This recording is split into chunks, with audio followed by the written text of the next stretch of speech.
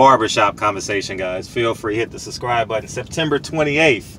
September 28th. It's going down. It's going to be epic. It's going to be a great event. Show up and show out.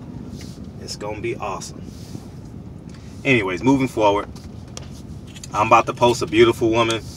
She's coming. She's going to be giving massages. I'm actually on my way home because I have a 1:30 appointment to get my massage. And the young lady that I'm about to post next, or today, she'll be there giving out massages, massage therapist, and she'll be there. So anyways, man, as I move forward with this, you know, I was trying to find a way where Shawn Porter can be successful. I think I found something where Shawn Porter can be successful, because if you if you saw Shawn Porter fight Ugas, you know there was a moment in that fight where Shawn realized Ugas was a very strong fighter, and he wasn't going to be able to push and pull as he pleased, you know, as he's most notable for, against like Paulie Malignaggi or something like that, right? And there's spots where I think Shawn can be successful at it. And when I see it is when Errol is, because Errol is going to apply pressure the entire fight. Errol is going to be, as they say, front foot dominant, but it's misleading front foot dominant because he's always on base. But when Errol gets excited in the fight, when Errol gets excited, he starts jumping and getting excited. I don't like his energy change. I don't know if y'all noticed that, but his energy change, and he gets bouncy instead of like he gets anxious and try and get you and pin you in corners and put you in positions where he can be most successful, or he sees blood, you know, kind of like when a shark sees blood. You guys heard that quote before? And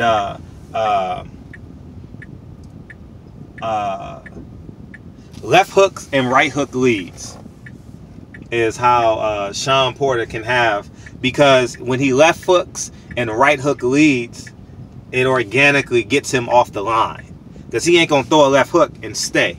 He's gonna left hook, pivot, and keep moving, circle, and how he can maybe frustrate Errol. You know, maybe he can frustrate Errol by throwing the left hook, spinning Errol, spinning him, getting him frustrated.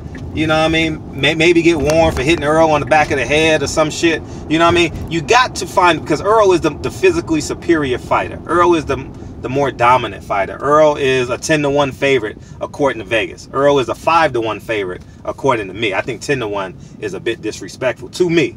You know, and I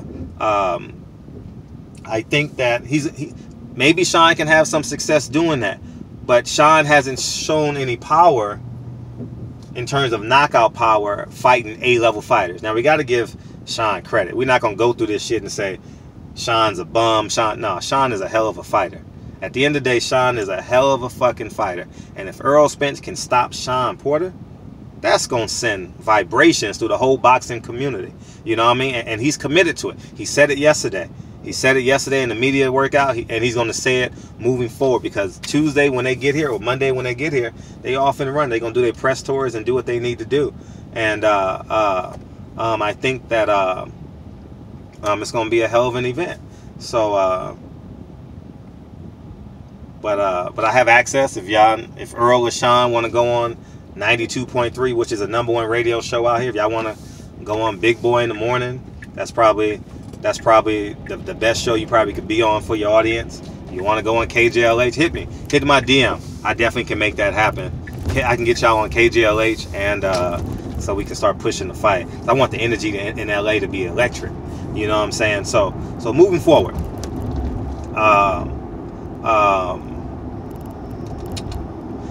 Shawn is gonna have to lead with left hooks, but here's the catch: Errol is gonna counter when he sees the left hook. You understand? Errol is going to organically counter it. That's just who he is, right? So he kind of has to throw that left hook with the intentions of sliding out that window, whichever side he throws the left hook.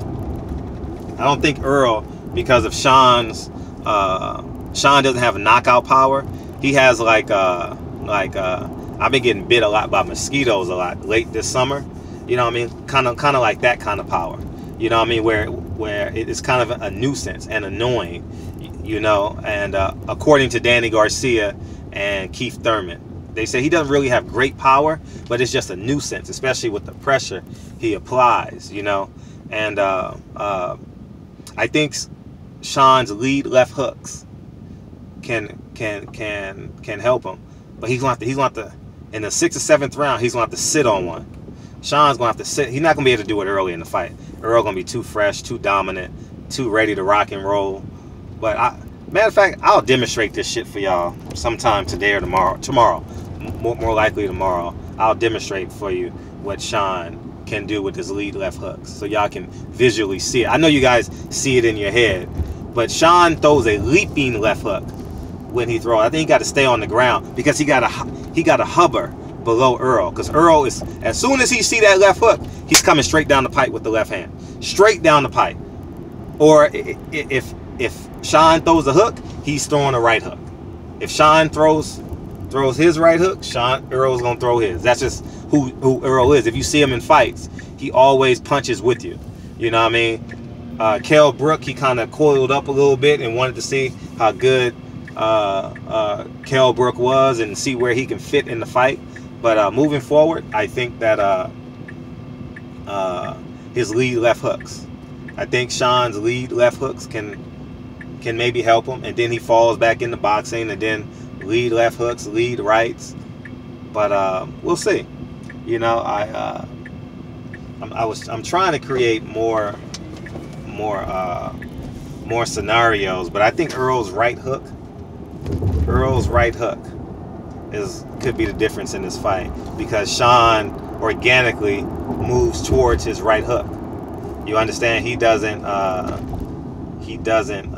that's just who Shawn is as a fighter, who he is as a fighter. I don't think he can change that. You know, thank you.